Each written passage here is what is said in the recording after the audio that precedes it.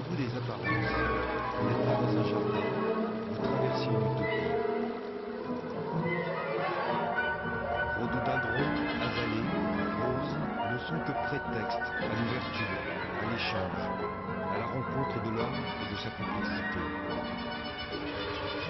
En ce début tourmenté du XXe siècle, le milliardaire Albert Kahn aurait pu se contenter, comme ses pairs, de décliner son jardin à la française. Carré, taillé, maîtrisé. Supériorité supposée de l'homme sur la nature. Il l'a fait, mais est allé beaucoup plus loin. Sa forêt natale alsacienne, il la transplante aux portes de Paris. Sombre, dense, aux racines profondes, de celles qui permettent de puiser l'énergie indispensable à la compréhension de l'autre. Puis, au détour d'un chemin, il nous offre l'Orient, ses symboles, ses mystères, l'eau, la pierre, la terre, sacre le printemps du jardin auquel il a consacré sa fortune et sa vie. C'est un jardin où il faut être en éveil. C'est l'humain qui est au centre en fait. C'est un jardin qui est fait pour l'homme.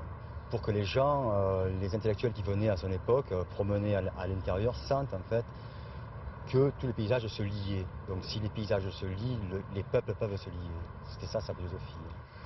Un siècle nous sépare de ces deux images et la magie fonctionne encore. Espérons que les visiteurs, petits ou grands, de ce jardin extraordinaire, emporteront avec eux ce conseil d'Albert Kahn, gardez les yeux ouverts. Alors, regardez bien mon